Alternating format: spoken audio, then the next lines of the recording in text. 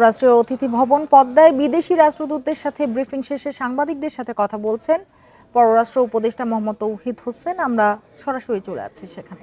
প্রিয় number set করে বিকাশে সেন্ড মানি করুন ফ্রি।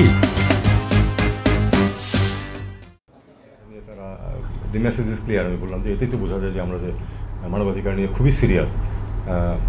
আর কতগুলি আরও বিষয় এসেছে যে তাদের কিছু কিছু প্রবলেম যেগুলি হয়েছে সেগুলি আমরা বলেছি যে আমরা কিছু দুঃখ প্রকাশ করেছি, কিছু বলেছি তারা রিজলভ করে দেওয়ার চেষ্টা করছি। সিকিউরিটি নিয়ে তাদের কথাবার্তা হয়েছে, যদিও কোনো আক্রান্ত হয়নি কেউ, কিন্তু তারা একটু কনসার্ন প্রকাশ করেছে এই জন্য যে তাদের প্রেমিস সিকিউরিটি অনেক ক্ষেত্রেই নাই।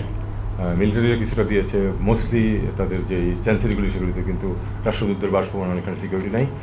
তো এটাও আমি তাদেরকে অ্যাসিওর করেছি যে 1 থেকে 2 দিনের মধ্যে এই যেহেতু পুলিশ ইতিমধ্যে রাস্তায় নেমে গেছে, নামা শুরু করেছে, 1-2 দিনের মধ্যে আমরা এটা টেক কেয়ার করতে পারবো। আমি পার্টিকুলারলি যে শাখাওয়াত সাহেব আছেন তাকে আমি বলবো যে ডিপ্লোমেটদের এই কনসার্নটা আছে, আপনি এটা একটু দেখেন। আমি আজকে এখান থেকে বিরাজ করে রাতেই তাদেরকে এই কথা বলবো।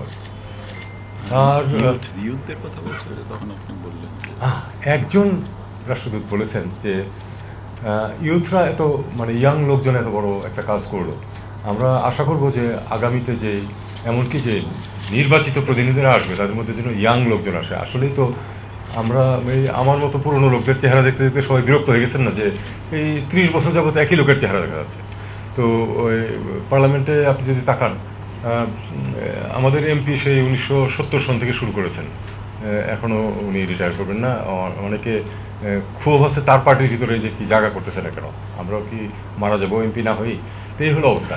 তো এটা থেকে আসলে তো মুক্তি প্রয়োজন, ইয়াংরা আসুক। আমি বলেছি যে 2 জন ছাত্রকে আমরা এই কাউন্সিল অফ অ্যাডভাইজার্সে আছে, এটাতে তো আপনারা বুঝতে পারছেন যে আমরা ইয়ুথটাকে কতটা গুরুত্ব দিচ্ছি। এবং আমি নিজেও আশা করব যে আগামীতে যখন একটা নির্বাচিত সরকার আসবে সেখানেও ইয়ুথদের প্রচুর প্রতিনিধিত্ব থাকবে, সেখানে নারীদের। সাংবাদিকদের সাথে কথা বলছিলেন পররাষ্ট্র উপদেষ্টা। আমরা এতক্ষণ সেখানেই ছিলাম।